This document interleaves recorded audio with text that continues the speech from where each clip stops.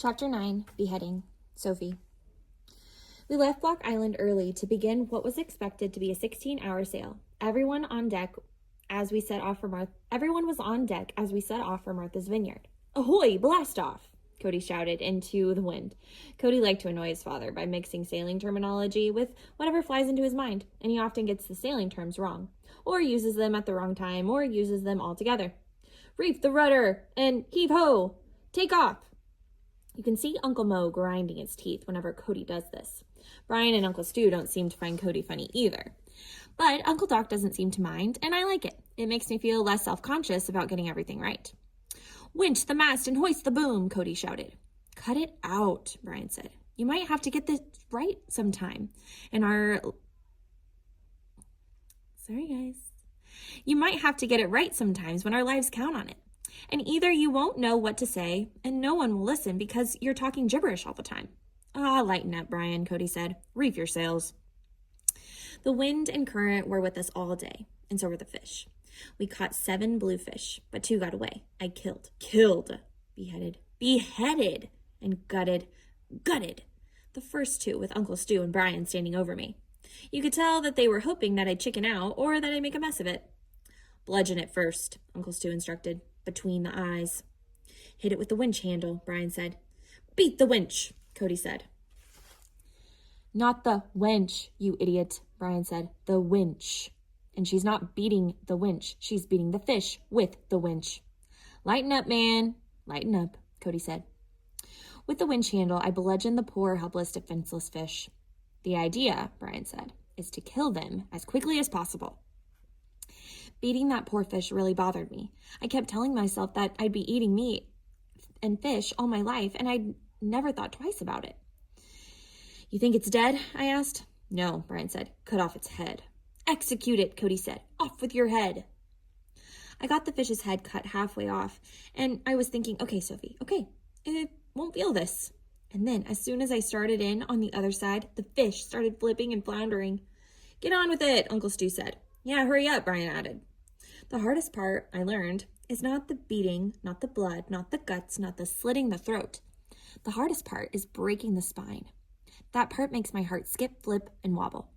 When my fingers fold around the spine, that power line, and turn the head to the left or right, I feel a massive release of something, pressure, tension, energy, or maybe just pure life force. In the 2 or 3 seconds it takes to break the spine, where does that force go? We made great time today, pulling into Vineyard Haven on Martha's Vineyard. Within 8 hours, half our expected time. We are voyagers, I shouted when we spotted land. Land ho, avast and agast, Cody shouted.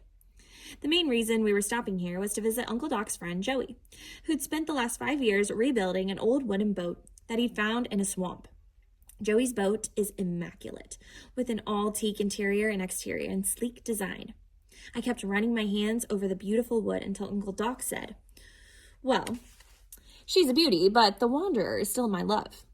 I think he was a little jealous because of the fuss I was making over Joey's boat. I think the Wanderer is a beauty too, Doc, I said. And if I had to choose which one to sail across the ocean, I'd choose the Wanderer. Yep, he said, me too. Joey invited us to his cottage for dinner. It seemed weird being in a house, so much wasted space. You could fit so much stuff in here. On the boat, there is a place for everything, and everything is compact and small, and nothing on board is not needed. There's no room for extra junk. After dinner, Cody and I were sitting on the dock when Brian came out and said, something's up. What do you mean? Cody asked. Brian kicked at the dock. Doc and Joey are in the kitchen talking, and I just went in to get some water, and they shut up so fast. Do you think they were talking about me? Don't flatter yourself, Cody said. Well, then what were they talking about? What's the big secret? How should I know? Cody said. Sometimes people need their own secrets, I said. You ought to know, Brian said. Brian is like a woodpecker, pecking away. I was glad to get back to the boat and take my sleeping bag up on the deck and sit down with my log. Uncle Stu has been taking his sleeping bag out to the dock. What's the matter? Cody asked him. You feeling seasick? I never get seasick, Uncle Stu barked. I just like to sleep on the dock. Yeah, right, Cody said. I'm going to stop writing soon, and then I'll fall asleep with the stars overhead and the clinking of the lines against the masts of the harbor. I love the way the boat rocks you to sleep like a baby. Chapter 10. Ahoy, Cody. Ahoy! I could get into this sailing stuff. We're whipping along, man. And I don't have to be on watch with my dad, so that's cool. Nobody to bug me except Brian, but he's easier to ignore than my dad. Sophie is a riot catching fish. I've never seen anyone so happy about something so simple. I thought she was going to puke, though, when she had to kill the first one. She kept saying, "It's still alive. It's in pain. It's hurting." Then, when my dad got the fish cooked, Sophie said she wasn't hungry. My dad is on my case big time. He's trying to talk me out of doing the juggling thing. He said, "Don't you know anything else you could teach?" I said, "Nope." Chapter 11, Juggling. Sophie. More work on the Wanderer today. I finished off Buddy the bilge box, the fiberglass wonder, coating it with resin to plug any minor leaks. Uncle Doc said, "You did a fine job on the Buddy the bilge, yep." I was hoping he'd point that out to the others, but instead he said, "I guess we'd better get moving. Too much boat attitude here anyway." "How so?" I asked. "You know, my boat is better than your boat, and my boat is bigger than your boat, and all that. Boat attitude." I think he's a little sensitive about the state of the Wanderer. I hadn't really noticed how strange our boat might look until I saw all of these sleek boats in the harbor here. They're gleaming. People dressed in spiffy matching clothes are on the dock polishing everything in sight. You don't see a thing out of place. The Wanderer, though, is splotched with caulk, including white footprints across the deck from where somebody had stepped in it. Our clothes are hanging off the lines in hopes of drying. Pots and pans are piled on the deck because Cody and I brought them up top to scrub. And we're wearing our normal grubby shorts and t-shirts and bandanas. "Time to move on," Duck grumbled. "Ahoy then," Cody said. "Boom the anchor." Uncle Mo was lounging on the deck. "Cody," he said, "knock it off." "Knock off the anchor," Cody said. "Go help Brian with the charts," Uncle Mo said. "Make yourself useful." Cody leaped off the side into the water. "Man overboard, glug, glug, glug." It's hard not to laugh at Cody, but I do sometimes wonder if he has any brains in his head or ever thinks any serious things. And I'm beginning to see how it might get kind of annoying to be holed up with him for 3 whole weeks on this little island of a boat. Today, Brian tried to teach us the points of sail. Most of us already knew all that, but if we hadn't already known it, we sure wouldn't have learned it from Brian. He launched into a complicated explanation of how the wind relates to the sail in the boat's direction. "So, when the wind is from ahead," Brian lectured, "that's called beating." "Beating? Like this, you mean?" Cody beat his chest. Brian ignored him. "And when the wind is from the side, it's called reaching."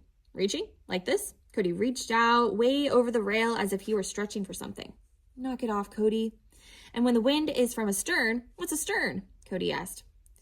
"Don't you even know that?" Brian shouted. "Astern is back there, the back of the boat." "If you're not going to take this seriously," Brian warned. "I don't see why we have to know all of those terms. I mean, so what if we don't know a beat from a reach? You only have to know how to do it, right? Not what to call it." Brian said, "Do you really know how to do any of this?